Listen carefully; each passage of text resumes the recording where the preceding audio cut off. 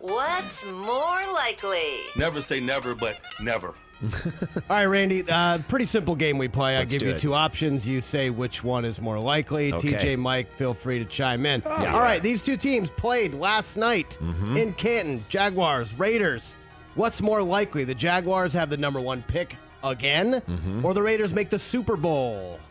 Ooh, those are two. Wow. I think the Jaguars get #1 pick again. I think the Raiders are going to make the playoffs. They will not make the Super Bowl. They just don't have that team yet. But I think the Jaguars could very easily, because I think Detroit's going to be better than we all think. I think they're going to take a step forward, but I could see the Jaguars still not putting it together. Not saying I'm giving up on Trevor Lawrence, but No, I like do him. think I think he'll be good in a couple of years. TJ? I agree with what you're saying. All right. Next up, lots been made of Matthew Stafford's throwing elbow this week. Yeah. So what's more likely? This is a very big deal all season, or it ends up being nothing at all?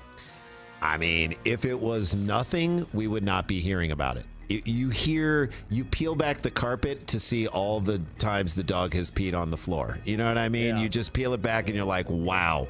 So they peeled back a little bit right there just to let us know. And I feel like that was floated out there to be like, all right, everybody, manage expectations. Yeah. When he goes down in week 3, we told you so. This thing, it's like, you know the story about how doctors walk into the doctor's office and they say one thing but write the different thing on the chart, just so you come back and be like, well, you told me it wasn't terminal, and they're like, oh yeah, I'm sorry, did I say that? I wrote down that it was terminal. I'm so sorry. But that's the point, is that they're playing it both ways, because if it's nothing, you won't hear about it again. Right. But they're planting the seeds so that if he does go down, It was funny, McVay calling it abnormal kind of set off a little flag for me, but then the Rams posted a video on Twitter of Stafford throwing a 50-yard bomb yesterday, and I was just okay, so which is it? But it's like Adam Rank said earlier on the show, sit him. You don't need him to take any reps whatsoever in this time period. Right. Sit him, get him with that guy who's the throwing guru, and just let him do whatever exercises and put his arm in a cryogenic freezer.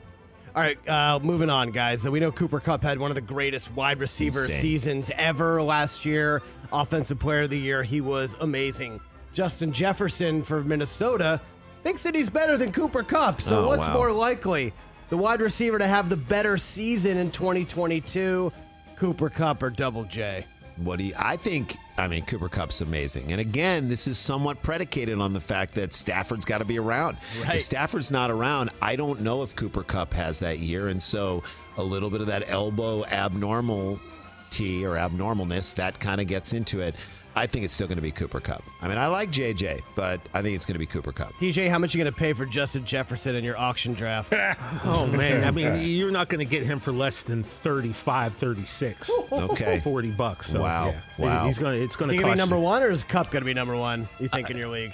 For price rise? Yeah. Nah, it'll end up being Taylor, McCaffrey. I mean, Kupp. for wide receiver. A wide receiver, it'll be Kupp, Jefferson. Maybe Chase. Not so sure. Chase. But definitely Jefferson and Kupp. I mean, again, we didn't even mention Joe Burrow as a young guy, as the guy who led his team to the Super Bowl. They were in last place 2-3 years earlier. Amazing. We love Joey Burrow around here. Me too. All right, Hard Knocks starts next week, guys. Tuesday, it's the Detroit Lions, but they're doing in-season again this year. Yeah. In-season is the Arizona Cardinals. Wow. Who's more likely to be the more entertaining Hard Knocks team, Lions or Cardinals? I think it's going to be the Cardinals. I mean, Dan Campbell is crazy. A crazy person. Yeah. Dan Campbell's like the guy who sets up a lawn chair at a high school football game who doesn't have kids on either team. And he's doing the most yelling, and you're like, do you know this guy? I just Dan love the Campbell? So he's going to be fun and exciting and interesting, and I think Detroit, it's nice to shine a light on them. I actually think there's a renaissance for Detroit. The Pistons picked up Jaden Ivey. I think that's turning them around a little bit. I think you're going to see the Pistons get better, and I do think the Lions are going to get better. But Kyler Murray is great. Kyler Murray is like Diana Ross. He's so talented and so great. It can do things you've never seen before. But remember when Diana Ross was at I want to say maybe it was the Oscars or whoever, and she's like, I want everyone to sing happy birthday to me at the Oscars. I'm like, woman, your birthday is in May. What are we doing right now? So I'm like, there could be those moments with Kyler Murray where he's like, I'm just not going to play the third and fourth quarter, and you're filming that right there. Right. Crazy. Yeah, I agree. I mean, both teams. I think it's going to be awesome. Hard Knocks is best. No matter who's Hard in Knocks it, is the Hard best. Knocks is always I'm like, amazing. how are you making a full documentary film In a week. In the week that just happened? Like, you're showing slow motion of sprinklers, and I'm like, this is like better filmmaking than anything I've ever seen on the Oscars. You got it, Mike? You No, got the not sprinklers? really. All All right, right, All right. Big ups. Big news yesterday in free agency. Matthew Berry joined NBC. Very happy to have love Matt Berry, Matthew yeah. Berry, part Yep. of the NBC sports family. Yep. But I was looking at his top list already yesterday because I'm just already doing fantasy research. He has Jalen Hurts ahead of Tom Brady in fantasy quarterback rankings.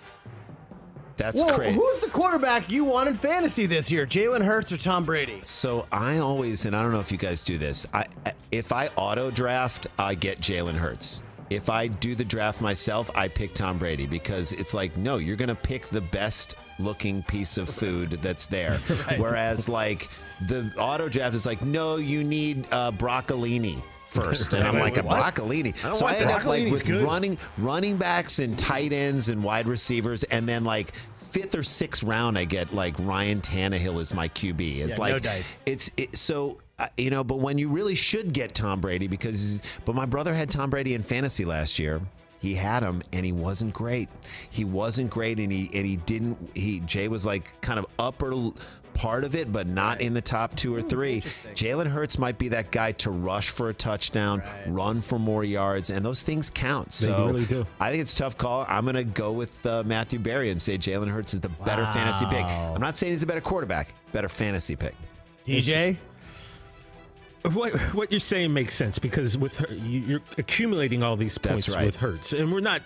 Again, you're not saying you're going to take Jalen Hurts over Tom Brady in a real football game. Never. We're just saying for fantasy purposes. Yeah. And I'm trying to look up Tom's stats because I thought he did fairly deep. I mean, he had 43 touchdowns and 6 picks last year. I know, but and 5,300 yards. That translates into some good fantasy. I think he had a few games last year where he had a lot, and then he had a couple games where he didn't show up. And so if he plays great and you win that, but everybody else was great and your team was down like you didn't need him, it's like it's when do these things come? It's like Jason said that he didn't win him any weeks last year, and that was kind of a bummer. But I mean, I don't know, man. Jalen Hurts, to me, if you're looking out at other quarterbacks out there, Jalen Hurts should look at Russell Wilson and be like, I want to be him. Yeah.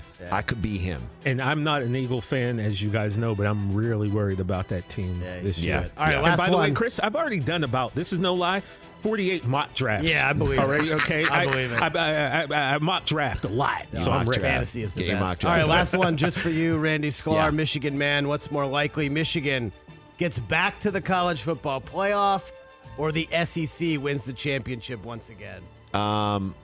Wait, can't both things happen? Can't both things happen? They can get to the playoff and the SEC wins the championship again? I mean, if you're going to cop out, I guess. I mean, that look, could happen. Alabama and Georgia are already in, so they're already in the playoff already, and they're saying Ohio State, but not so fast. I mean, you never know what's going to happen. It really depends on how J.J. McCarthy comes along throughout the year, if he takes over the starting quarterback job, and we'll get into all of this with Dave Revson in the next segment, but like, if J.J. McCarthy can be that guy, I watched him at in the last quarter and a half of the Georgia game last year that Michigan got blown out. And I'm like, well, J.J. McCarthy can do some things that might put Michigan in a different conversation. Now, winning in Columbus is going to be difficult, but I would love to see both those teams go into that game 11-0. And then you're watching this is what we're here for. This is what, even if you lose, but you make it a game, that's going to be really exciting. So I think Michigan's got a shot. Even if Michigan loses that game, if Ohio State's the number 1 team, Michigan could still make the playoff. Could still be 4. Could still be 4, which would be amazing. So I say I'm going to pick Michigan goes to the playoff because I'm a homer.